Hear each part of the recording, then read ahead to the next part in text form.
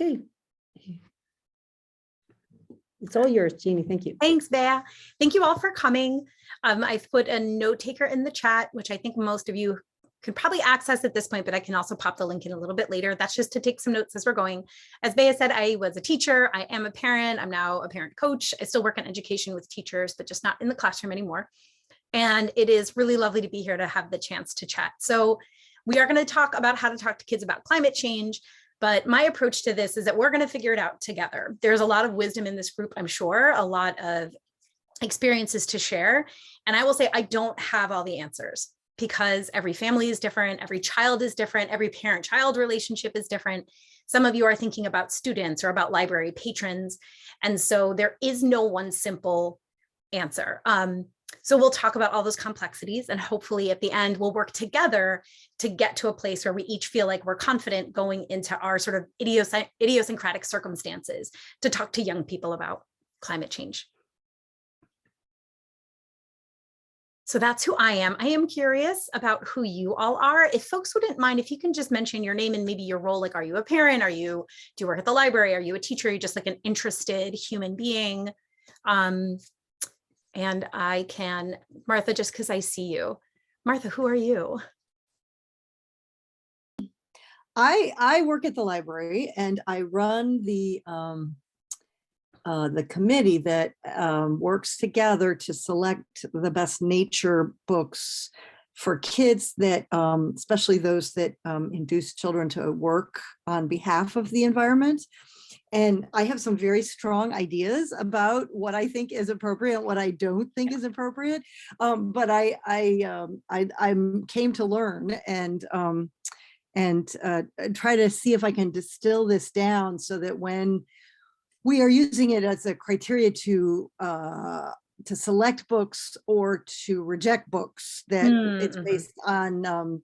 it's based on as much understanding of children and the environment as I can make it. Awesome. Thanks, Martha. Thanks for being here. And I realize if I call you and you're like, no, thank you, because it's being recorded, that is totally fine. Thank you. So Karen, who are you? What's your story? So I am Karen Barata. I'm an Oakton mom of a first grader. I'm also a sustainability professional. Been doing this for a while, and I'm the new D65 sustainability coordinator. Oh my God, we love you! Yay, you exist! Oh my gosh, yay! Oh, that's so. I've been looking forward to this one, Jeannie. Thank you. Oh, I'm so glad. Yay! Yeah, and I've been on the climate action team as well. So I think, Jeannie, we exchanged emails about some Earth Month. Oh yes, and your ideas, some of your ideas made it in, I believe. So yeah. Anyway, good to meet you. So as I said, thank you. I mean, we've only had 2 people speak, but there's obviously a lot of wisdom in the crowd. So Hanya, would you like to introduce yourself? You can pass if you'd like. You know, I'll maybe just go for the folks who have cameras on, and then if I skip you. So Sydney, this is a perfect opportunity for you to do your thing. So you can tell the people. Hi, everyone. I'm Sydney. I'm a sophomore at Northwestern University, and I'm a journalism student. So I'm here to cover this event. And if anybody in the Zoom would be comfortable chatting with me afterward, just for a quick interview about how the event went, that would be great. So feel free to message me if you're interested. Thank you. Thank you, Sydney. And then Eva. Hey, everybody. I'm Eva Confusey. Sydney, if you want to, I'll talk to you after. Happy to do whatever it takes to help the next generation keep moving things on. I am a parent of a 2nd grader and a 4th grader at Washington, and I also teach pre-K at Cherry Preschool. It's been really important to me and my co-teacher to bring, to talk about climate change and climate justice and just climate awareness in general in our classroom. And we're starting to do that now at the end of the year. And I was just really excited to hear, Jeannie, that you were doing this and that the public library was doing this. So I'm excited to share this all together. Great, thanks, Eva. See, there's so much wisdom in the group. So please, I would encourage you not to look to me as the expert at all, but look to each other as the experts, and we're just gonna pool our collective wisdom. So thank you all. Just some little norms. You know, you can engage in this session as you are comfortable. I know some of you need to like tend to children, or maybe the dog freaks out, or who even knows what. So do what you gotta do. If we're just listening, if you could keep your microphone muted. just in case something very loud happens in the background. I would say to step up and step back. So we'll be having conversations. If you have something to share, step up. If you find yourself taking up a lot of airtime, then maybe step back and let some other voices share. And then take what you liked and leave the rest. So it is unlikely that all of us will agree about everything that we talk about today, but just take what you think will be useful to you and bring that forward in your work. How does that all sound? Does anyone want to add any norms? You can let me know. All right, then we'll keep moving forward. Does everyone have the note taker? You know what? It can't hurt. Pop it in the chat that one more time.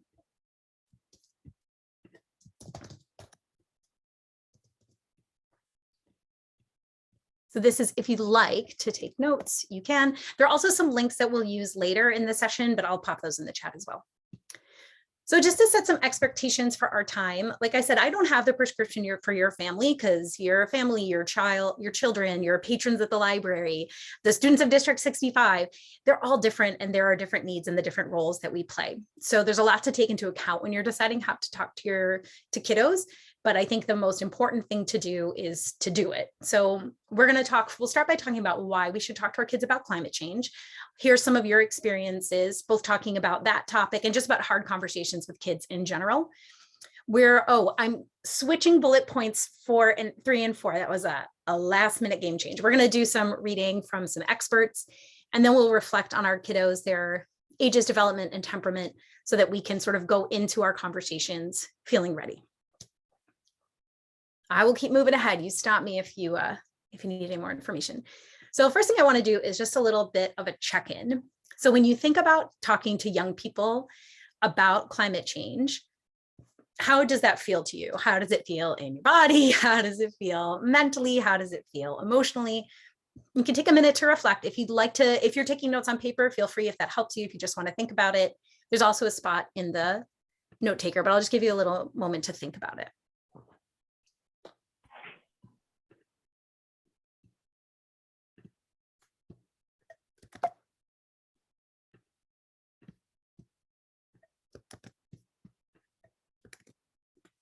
And then Beth, I saw you snuck in. There's a note taker in the chat. Okay. All right, would anyone be willing to share sort of what comes up for you when you think about talking to young people about climate change? And if you'd like to share, if we're a small enough group, you can feel free to just unmute and share, or if you feel more comfortable, you can put your response in the chat.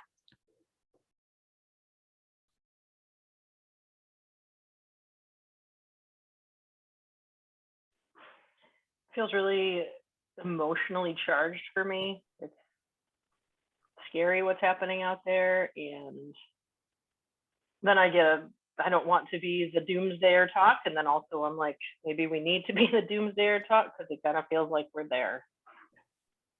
Thanks for sharing, Eva. I appreciate it. Anyone else like to share? I think the risk, oh, I'm sorry. Martha, did you want to share? Yeah, I think the risk is that you make the outdoors terrifying, and or off-putting or distressing, or the thing to be avoided.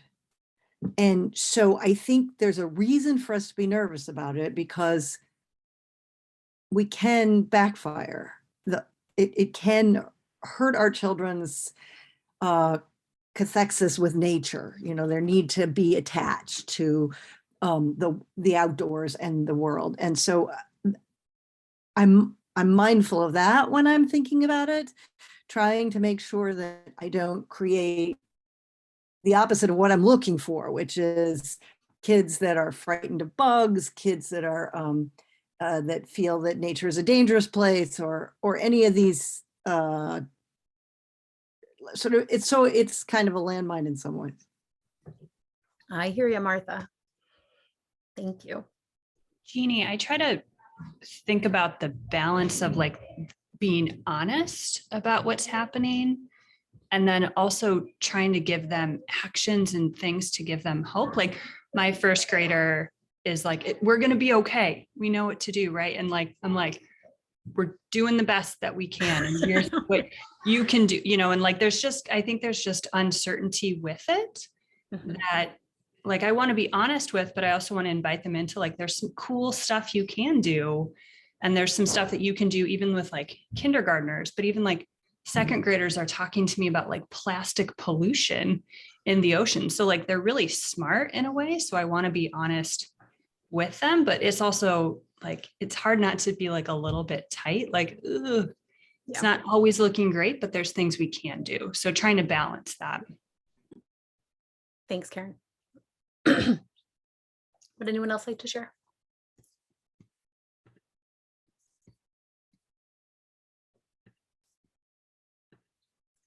All right, if anything else comes up for you, if you're thinking about this, feel free to take notes in your note taker. And if something comes up too, I see someone else just joined us. Welcome, iPhone.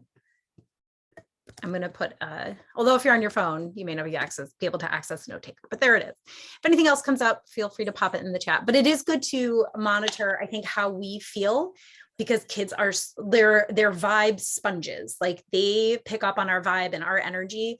And if we go into conversations fearful, they will pick up on that. And I think we all know that as people who work with children, being able to regulate ourselves around such a difficult topic can be challenging. So, I hear you. I hear all of you. Okay, so we know it's hard and it gives us all the feels, but why do you think we should talk to kids about climate change? So I'll give you a moment to think on your own. And then we're going to do a waterfall. And the way the waterfall works is once you have an idea, at least one reason why you think we should talk to kids about climate change, you can put your answer in the chat and then we'll all hit enter at the same time. It's really fun.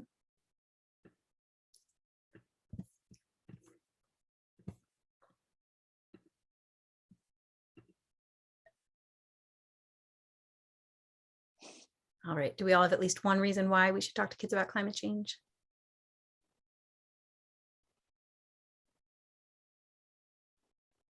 I see some typing faces. All right, we're going to hit enter in 3, 2, 1. Oh, yay, it's so fun. So I'll just read off the responses. To empower them and reduce their fear. They may need to know the truth in age-appropriate ways. Kids can help heal the world, and we're inviting them into the solutions. Beautiful. All right. So let's hear from the kids directly. I have a little video for you.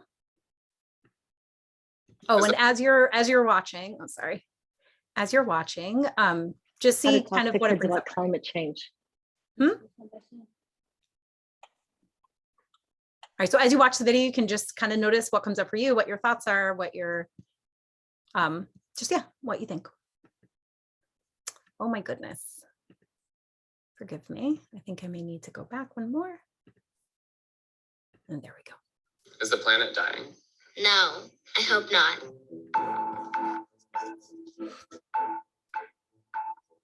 Have you heard of global warming?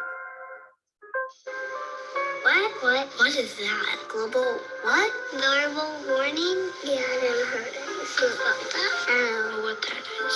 You haven't totally Googled it yet? My parents haven't told me that. What do you know about the environment? What's environment? What about climate change? Yeah. No. No. Nope. No. No.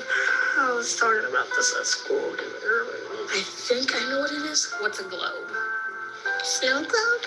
The world? When I say the word warming. I don't know. To be honest, it just sounds like the globe is warming up. Doesn't it mean like the entire world just got really warm? I'm already sweating right now though. I think it's when the weather changes suddenly. Is this a bad thing? It's a very bad thing. Bad thing. It's killing the environment. We've inherited this planet and we aren't taking very good care of it. We're going to watch the rest of the video a little later on, but I just wonder, does anyone have any responses, any reactions to hearing those kiddos? And you can feel free to unmute and share.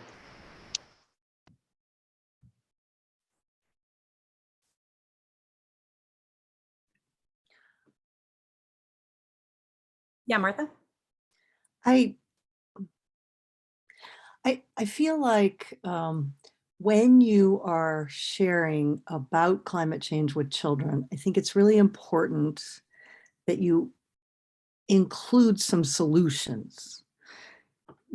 They don't have to be solutions that are going to solve the whole thing, because none of us know what that is.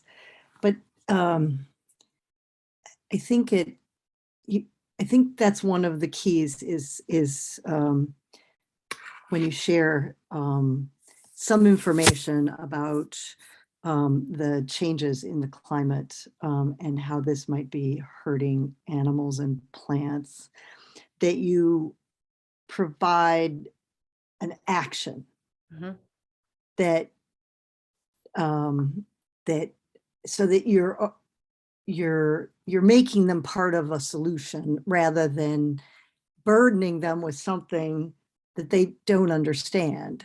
I remember in preschool contexts, when you're in like a nature training class, the thing they give you this example of the wrong way to do it. And so some young preschool teacher had shared that, the elephants are all being killed for ivory. And so the child came home and said to her mother, "You can't use ivory soap anymore because it's killing the elephants." So I mean, you have to make it something that's explicable, but then you also need to have an action. And obviously that child wanted an action, and it wasn't the right action.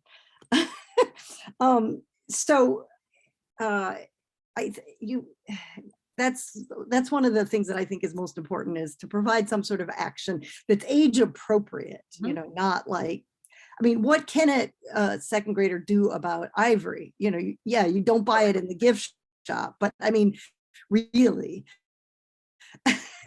On the other hand, there are things that she can do about the world every day. And so let's make those clear and put the cookies on a lower shelf so that it's a doable plan. That's a great metaphor. I'm going to start using that. And I think what you pointed to and what comes up in this video is you ask the kids, what is global warming? What's a globe? What's the environment? Not a clue. Is it bad? And you get like, yes. So they know something is up, but they have partial information. And that's part of why. Which immediately provokes anxiety. Exactly. I mean, and that's what we don't need. Right. The kids are not all right. And anxiety is one of the things that they're suffering from. And so, we've got to do better. Yeah. And thanks. Beth is saying, yeah, feeling helpless is the worst feeling of all. Yeah. Yeah. We all want to avoid the feeling of helplessness for sure. So I think the why behind why we're talking to our kids, you all seem to have that pretty clear. I'll just point out a couple of other things. Like if they feel empowered, they will be part of the solutions. As many of you know, is kids hear everything we say, even if we are across state lines. Somehow they hear everything. I remember in the beginning of the pandemic, my husband would be like, "Honey, did you see the COVID numbers?" I'm like, zip it. Our kids are like 4 and 7. Like, what are you doing? Stop. So I think they hear everything we say. And so we might as well just talk about it. When I was teaching 4th grade, my last year teaching at Washington, that was around the time when climate scientists were saying we have about 10 years to right the ship. And then there's not going to be a whole lot we can do to get down our global temperature rising. And one of my students said, her interpretation of that, I didn't tell her that. This was something she had maybe heard her parents talking about, said, so the world's going to end in 10 years, right? Oh, man, I really wanted to live past 19. So when we give partial information, it leaves room for misinformation. And as I think Beth pointed out and Martha pointed out too, that information can combat fear and empower action. So it is very important to talk to our kids about climate change. So the why seems to be clear to the group, which is wonderful. And now I just want to talk a little bit to see if folks have experience with hard conversations or actually keeping a little bit of an eye on the time. We're going to keep moving, but I just want you to think from your own childhood, from your own experiences. If you think about hard conversation that you either had or didn't have when you were growing up, or any hard conversations you've had to have with your children. I'm thinking, Marie, your kids are a little bit older, so maybe you've already had to have some like tough conversations. Death, money, drugs, sex, all those things. I think when I was a kid, I'm a child of the 80s and 90s. No one talked to me at home about the AIDS crisis, and I, on the one hand, don't entirely blame my parents, but on the other hand, to just be like a 9-year-old talking with my friends, wondering about what is this AIDS thing, that's not maybe the most productive either. So There's a spot in your note taker if you want to return to this. But as you think about hard conversations, you can think again about your own experiences. What's gone well? What would you want to do? What would you want to do differently? And then we can maybe see if we can circle back to see if we have some pearls of wisdom to share. But I do want to move on to our next activity, if that's all right. Is that all right with folks? Yeah, okay, so we'll cruise. We might come back if we have time. So in a moment, I'm going to put us into breakout rooms to take a look at 4 different articles that are about how we talk to kids about climate change. So there are these QR codes. If you'd like, if you're a QR code person, by all means, feel free.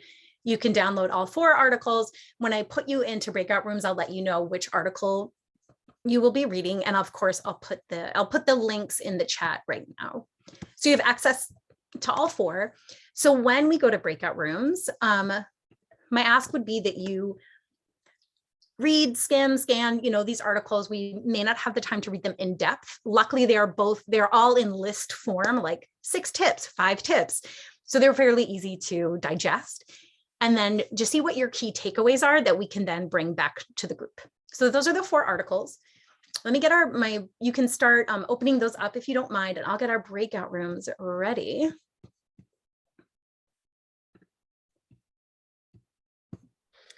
How do we know which one we read? I will let you know. Once I get everybody all groovy. And you know what, actually, I think because of numbers, we will read 3 of the articles, and then we will, and I can talk through the last one. So room 1 will be, so Beth and Sydney, and I think you might have missed it. Sydney is a student at Northwestern. She's kind of amazing, Beth. And if you want to talk to her about this little talk later, she would love that. Okay, Eva and iPhone, are you here? Are you able to participate? I don't know who the mysterious iPhone is. Okay, iPhone, I will put you in a group of 3 just in case. So let's have Eva, iPhone, and Marie, if you would bear with me one moment.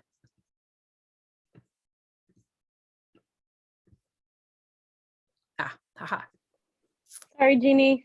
That's okay. Oh, is that you, Sylvia? Oh, okay, cool. I didn't know if you actually Hey, my phone. Sorry. Okay, so Sylvia and Marie, if I could have you read the Yale article, and then that leaves Karen and Martha. Karen and Martha, you can just choose. Look at you with your options. So you can either go with Rainforest Alliance, that article, or Conservation International. Okay, so we'll be in break. Yes. Put me in one of the groups because Es que no puedo. I have, okay, vale, no puedes. Okay, no problem. Pero we can, okay, maybe you 2 can read. Oh, then you know what? I will be decisive and I will say, Karen and Martha, you're reading about the Rainforest Alliance, and then if you can read the Conservation International with your friend. Very cool. All right, so we'll be in breakout rooms I'll give you 8 minutes, and then we will, maybe 7, but we'll figure that out. So you have time to skim and scan, see what are the big takeaways, what are the important pieces, and then we'll share with the group. Questions before we start? All right, I will see you all very soon.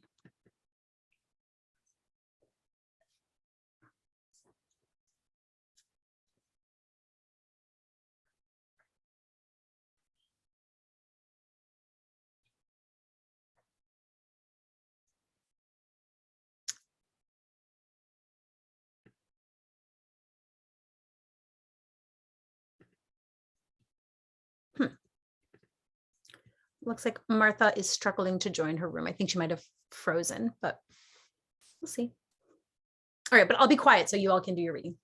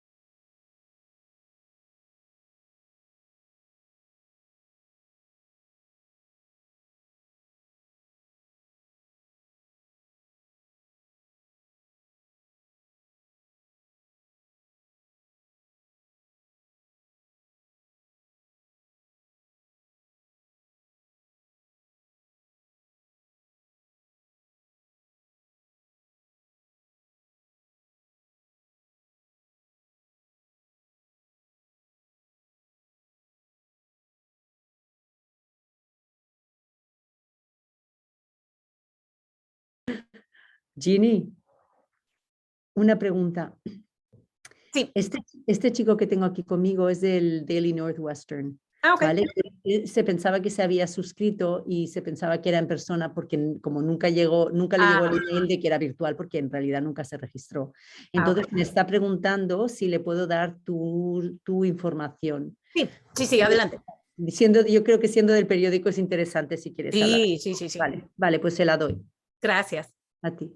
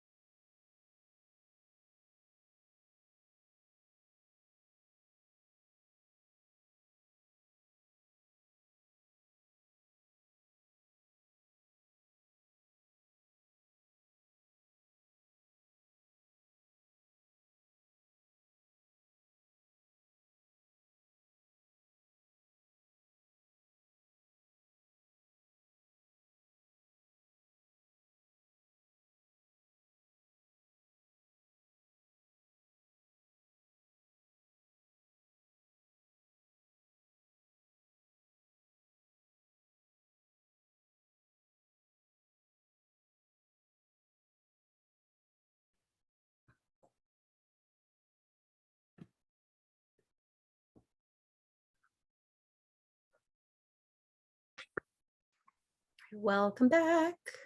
Mhm. Hopefully you had some good reading, some good conversation. We're back. Welcome back. My suspicion after hearing the conversation that we've had so far is that some of these articles may have reinforced what you are already thinking and sort of wondering, is this the right approach? And hopefully is reinforcing like, yes, your gut response in a lot of these in this matter is for the most part, at least aligned with the current thinking about how we talk to kids about difficult things. I will say when I was in teacher school, when I was getting my master's to become an elementary school teacher, we were taught no doom and gloom before third or fourth grade. So we keep it positive, actionable, which is something that you all had brought up and which I think a lot of you probably saw in the articles. So we're going to do something called a jigsaw, which is each of you got to read a different part, a different puzzle piece, and we're going to put all the puzzle pieces together. So one article at a time. If I could have someone from the group just give me like a 30-second synopsis or just what really stood out to you from your reading. And if we could start with the NPR group, what stood out to you all? I can share for me and Beth. So we were talking a lot about hope, and we thought that was a very common theme without the article. But going back to what you just said about no gloom and doom before third and fourth grade, there was one point in the article where a mother is talking about how her daughter learned that sea turtles die when they eat plastic in the ocean at the age of 3. This girl still has anxiety over this at the age of 8, and she gets really stressed when she sees litter on the floor. So that was one thing that stood out to me in the article that we were talking about. Thanks, Sydney. And so what I'll just put up here on the screen are, so those were the, again, I love an article that's written as bullet points because a girl's got limited time. So those are the 6 points, and it seems like you and Beth were really on that find hope. Awesome. Could I have the Rainforest Alliance share? What stood out to you? I think, is that us? Yes. I don't know. We'll find out. Oh, Yeah. I forgot to put that in the chat. I'm sorry, Karen and Martha. Yes. What are your They also had a list of tips, and the things that stood out for us is share the successes and encourage kids to take age appropriate action.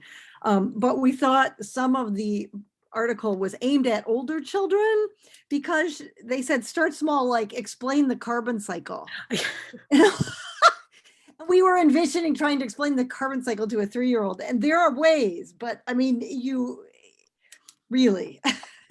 So it was helpful, but it was also probably aimed at a little bit older, where you can already do doom and gloom. Yeah, at a certain age, doom and gloom becomes appropriate. And so, I mean, start small is really important, but it depends. And what that means is let's be age appropriate. And I thought that Karen had the best idea. She says, use as many pictures as you can. Grab some pictures that kids can understand. Just talking is not as clear. Yeah. And hopefully things that are either neutral or positive. Yeah. Because you show a kid a picture with, a sea turtle with a straw down its nose, and that can traumatize a kid. So yes. Yeah. Yes. Yeah. I remember that one. That one traumatized me. Right. Even as an adult, you're like, oh God. So we have to be, so images are powerful, sometimes a little too powerful. It's hard to unsee things. So thanks, Martha. And so those are the talking points from the Rainforest Alliance. Okay. Our Yale climate connections. What stood out for y'all? We talked a lot about, in some ways, really introducing things early because, and not the full on picture in the doom and gloom, but, just like when you talk about sex education, you don't start right away with exactly how things go, but we do talk about our bodies and how our bodies work and how we can protect them, and we move up through. And when you do that with the earth and what's happening to it, when you start with an understanding and an appreciation, then you can say, well, and this is what's going on. And having those building blocks really can help kids understand, and then understand how they can help, or that they need to be a part of helping figure this out. Thanks, Eva. So there are those talking points from that article. And knowing, because you are an early childhood educator, that when you're having hard conversations, if you go straight to 10, whoop, you're gonna lose your audience. Yeah. All right. And this would be Bea. Did you all want to share? Yeah. Yeah, it stressed that never forget visuals, as Karen was saying, right? Use images, then don't underestimate what kids understand, and learn from your kids. So I guess that's like their ingenuity and the way they maybe are creative or hopeful naturally. I guess that's kind of where it goes. And also provide examples, because I guess from your daily life or something that they can grasp, so they can understand from their reality, understand a larger thing. Thanks, Bea. Great. So if you only read your article, but now you have access to all 4 of them, you can read them whenever you want. Did anyone want to mention anything else after this activity? And we will circle back to this in a little bit. All right. As we're going, if you want to pipe up, by all means do. So we have an idea of what sort of recommendations are, and something that came up very clearly from the audience was we have to think about age development and personality. So when you think about hard conversations, I think this came up, we said, watch the doom and gloom before kids are like 9 or 10. But does anyone when we think about personality or development, there are a lot of nuances there. So I'm going to sort of move us into some content that is in your handout as well. So just to give some examples, for example, and again, this is not because your kids will necessarily fit these, these frameworks, but they're the idea of these stages. It's Jean Piaget's work. Some people say it's controversial and it's got a Western focus, and that is what it is. But I think it's useful to think about ideas of development and less about the name, less about the ages associated with this. Where do we see the young people that we work in this? So according to Piaget, from birth to 2, it's all about taking in the physical world. And if you've been around babies lately, hands straight to the mouth, they're just taking in the physical world. And then the ages 2 to 7, they start to begin that symbolic thinking. Their imagination is strong, but they're pretty egocentric. So expecting a 2 to 7-year-old to care about flash floods on the other side of the world, developmentally, that is unlikely to really work for them. So again, thinking about our audience. Ages 7 to 11, kids are often much more concrete and literal thinkers than I think sometimes we give them credit for. It is hard to think really abstractly. Some precocious kids can think abstractly at those younger ages, but myself teaching 4th graders, I sometimes had to, adjust the metaphors I would use, or even like pump the brakes on some of my humor because it was more abstract. And I would think that these kids could handle more than they could in terms of abstract thinking. And then as kids start to hit, essentially as they kind of move into puberty and move into adolescence, that's often when there's just an explosion of brain development, and that ability to think abstractly, to think systemically, to make connections really starts to flourish. So again, you may have a 12-year-old who you think is still like a very concrete thinker. And to that kid, when we say, the climate is changing and it's resulting in this, and this, and the other catastrophe, they might take that quite literally and think our house might burn down tomorrow. There might be a flash flood that kills us all next week. So we have to be mindful about knowing our audience, not just in terms of how old they are, but also where they are in their development. Any responses, any thoughts? Or I'll keep on moving. Yeah. Okay. Yeah, And I was just thinking about it. I guess I think that it relates to how I try to talk to kids about traumatic events in general. So when I hear that something terrible happens or whatever, there's a mass shooting or something like that, to me, what makes sense is to let the kids know that, like, yes, this happened, but look, when you see these traumatic events, you also see that there's so many helpers. So look at all the people that came to help and this and that. And so always stressing, we can be part of those helpers. We're going to be part of those helpers. We're going to be part of the solution. So it just reminded me of, I guess, the response to any traumatic event. Thanks, Marie. I mean, I think with the war going on in Ukraine, and that's an opportunity, my kids know that it's happening and they're 5 and 8. So we have to find age appropriate ways to say, yeah, we're going to take these items to donate because that's going to help people in Ukraine. So unfortunately, there are so many traumatic events that we can talk about with our kids, but we have to think, I think with the age and development, to me, what's key is thinking, how literal are they? How concrete thinker are they? Or have they moved into abstract? Because when they've moved into abstract thinking, then I think that shows they might be ready for a little bit of, appropriate amounts of doom and gloom, depending, of course, on their personality. Speaking of personality, within even the field of psychology, there's a lot of controversy. Is personality, do we sort of come out of the womb with our personality more or less intact? How much is heritable? How much is influenced by the environment? It is, however, regardless, considered within psychology to be relatively stable, in that the personality you have as a kiddo is likely to be fairly similar to the personality you have as an adult. So personality is described as traits that can predict behavior. And as I mentioned, it can be influenced by environment, experience, culture. So it's relatively stable, but still somewhat malleable, like a lot of things that have to do with being a human being. So I will preface this by saying I am not a psychologist. I just worked with kids for a long time. So I gave some examples in the note taker of just 2 different frameworks to think about personality if you're, again, thinking about your kiddos.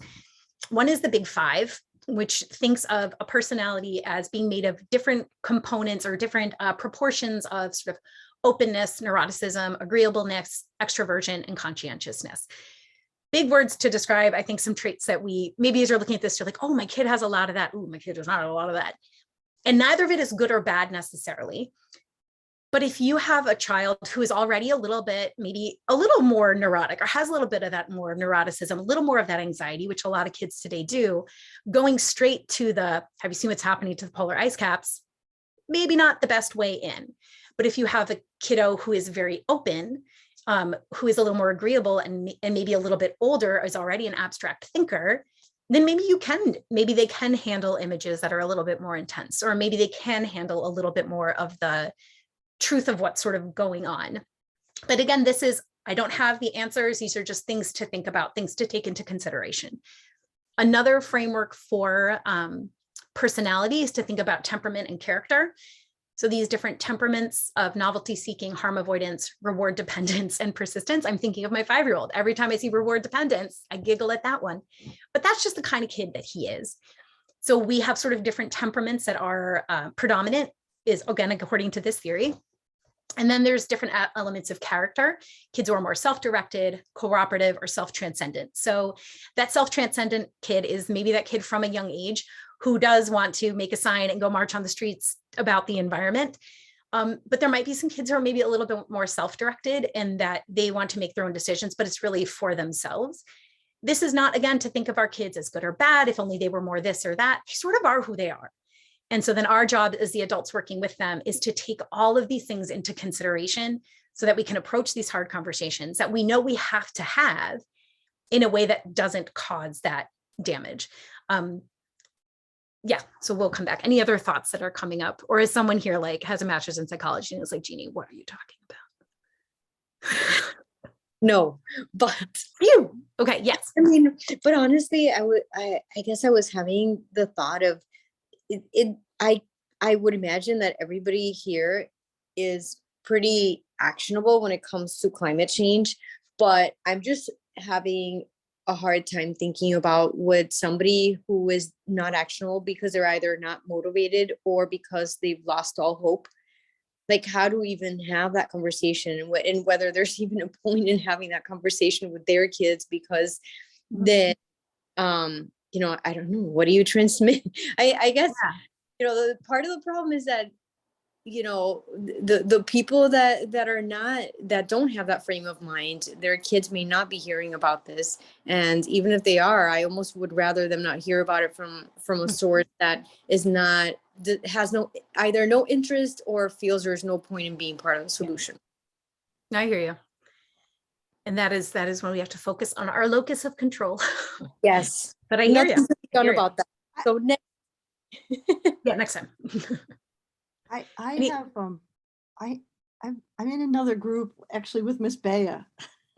And we've been reading about climate change. And one of the most profound articles that I read was that we don't need hope to combat climate change. We need courage.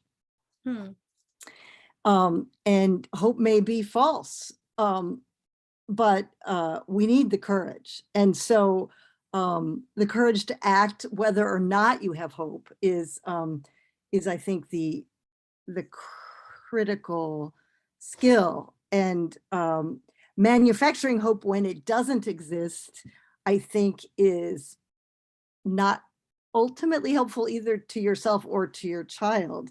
I do think you have to, like, you're not going to tell a 3-year-old we're doomed.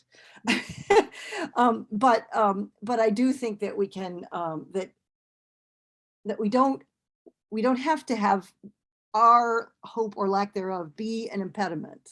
I think the important thing is, do you have courage? Thanks, Martha. Yeah. Martha's got courage to spare. So if you need some, she'll maybe loan you.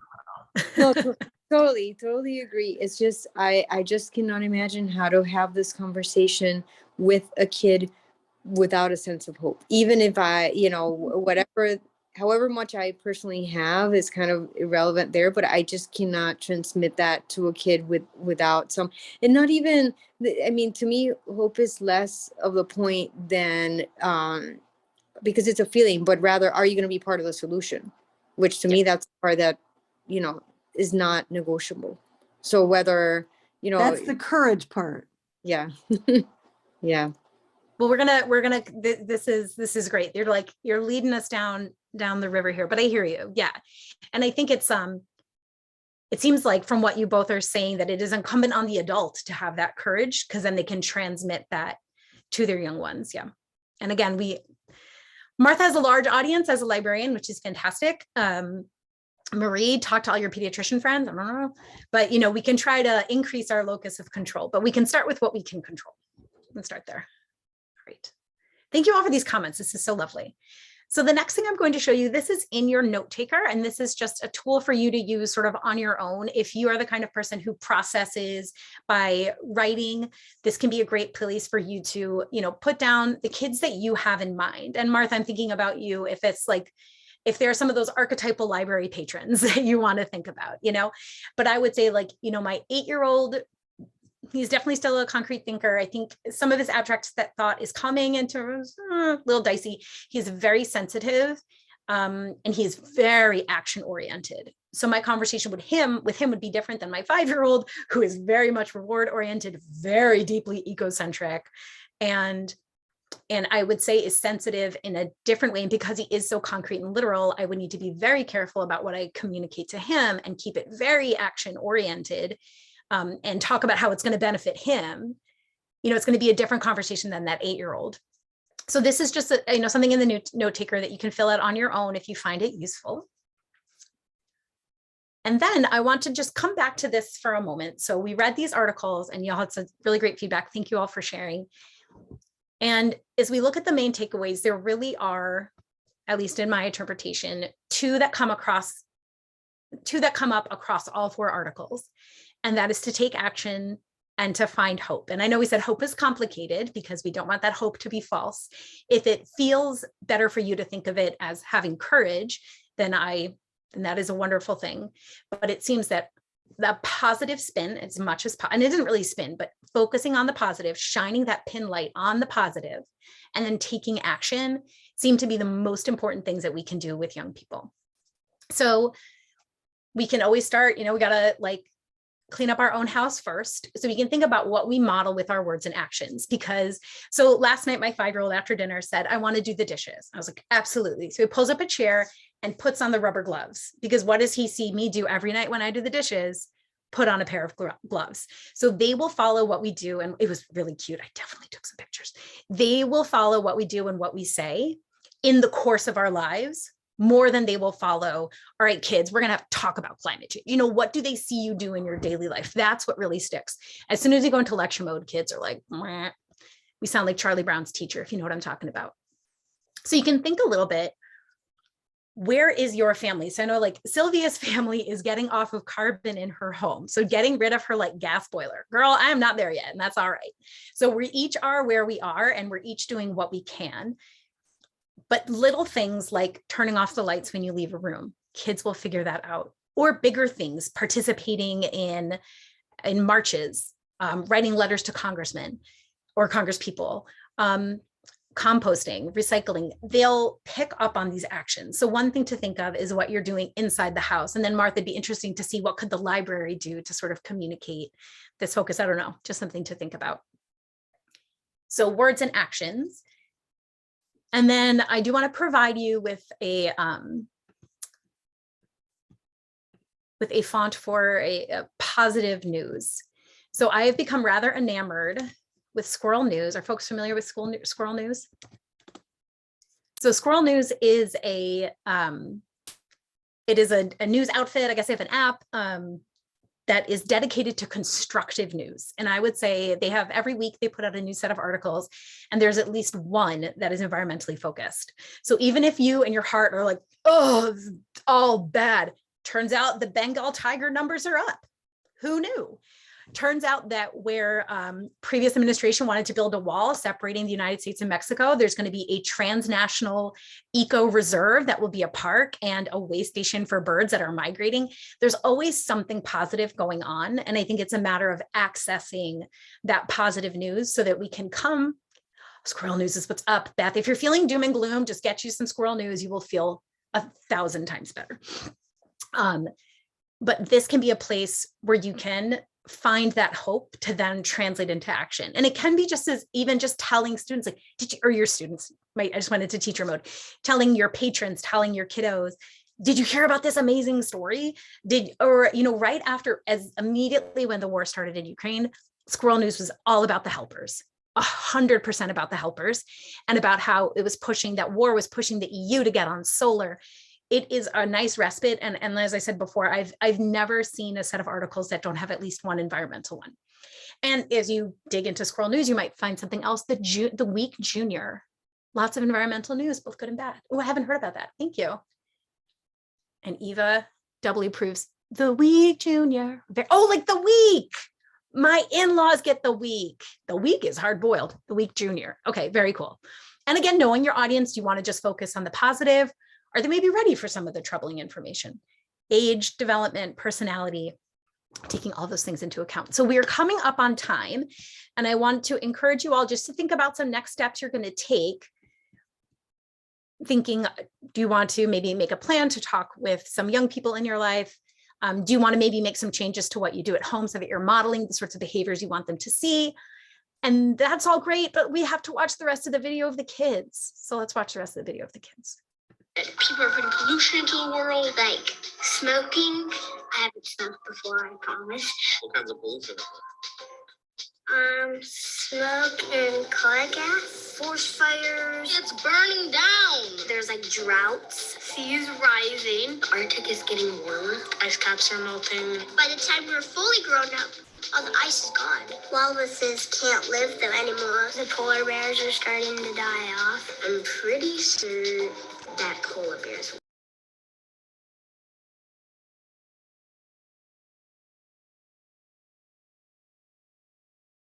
Gases such as carbon dioxide. Is the planet dying?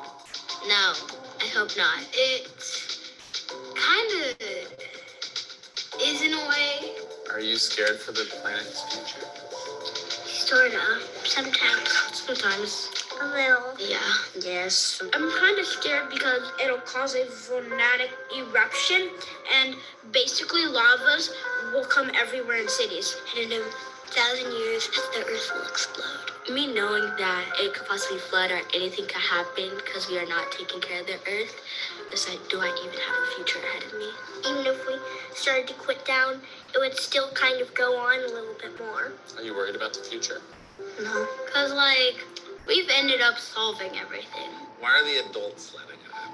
I don't want to point fingers. It's not our problem. It's going to be our great-great-grandchildren's problem. It's not just a certain generation's problem. It's everyone's problem. They say on the news, we need to do something about this. They give speeches and all this stuff. And people think, okay, they're going to change it. They just talk about it. What can we do to not make the earth stinky? We need to put it in the trash. Freeze! You can make a giant shield to block off the sun. Not use as much plastic bottles. Don't use plastic straws. Cutting down on our carbon emissions by not using our car as much, and maybe walking or biking to work. Plant more trees, eat vegetables, eat more local food. That's why you need to eat cricket tacos. Or we could stop breathing. Do you care about the environment? Yes. What do you do? If I see garbage, I try to clean it up. I recycle, but sometimes I forget where the recycling bin is. How could you not love those children? So they see the problem, but they also see some hope and they have some solutions. But I think we also see, just from some of the misconceptions that are out there, that this is essential conversations to have with our kids. So as we're wrapping up, I know that we're at the end. I do have, if you are willing to take a short survey for me about the presentation, if it met your needs, that would be great. If you're interested in learning, I do parent coaching. If you're interested in learning more about that, I have my website there. And then if some of you know Sarah Abu Abbas, she's a parent at Washington. She recently finished training as a forest therapist. And that's her website, That Forest Feeling. So if one of your action items might be to get your family out in nature, she can actually do some guided walks. I think hers would maybe be aimed a little bit more at older kiddos, but if you even need some more time in nature, you can maybe work with her. And we are at time, so if anyone needs to scoot, by all means, do what you gotta do. I'll stick around if there are any questions or comments. Thank you for your time. As I said, this really is collaborative because I don't have all the answers, but we collectively sure do have a lot of answers. So thank you all for your time. I'll stick around for a little bit. Go team, go talk to kids.